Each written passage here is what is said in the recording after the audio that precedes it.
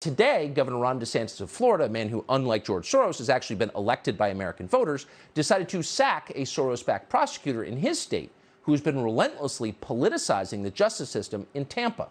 That man's name is Andrew Warren. For 6 years, Warren has refused to enforce laws that George Soros doesn't like. Today, that ended. Watch.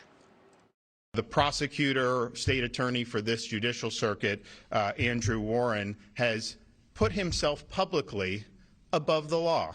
In June of 2021, he signed a letter saying that he would not enforce any prohibitions on exchange operations for minors. And then most recently, after the Dobbs decision was rendered by the U.S. Supreme Court, he signed a letter saying he would not enforce any laws relating to protecting the right to life in the state of Florida. And mind you, we have had prohibition on third trimester abortions for a long time. When you make yourself above the law, you have violated your duty, you have neglected your duty, and you are displaying a lack of competence to be able to perform those duties. And so today we are suspending State Attorney Andrew Warren effective immediately.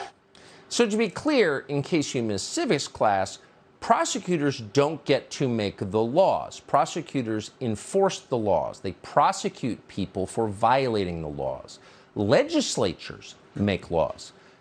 Your representatives are elected by you to write into law the rules that you support. You get to create the parameters of your own society. That's called democracy. But when a prosecutor decides which laws are valid and which laws are not, that is the most basic subversion of democracy. And Andrew Warren has done that for 6 years.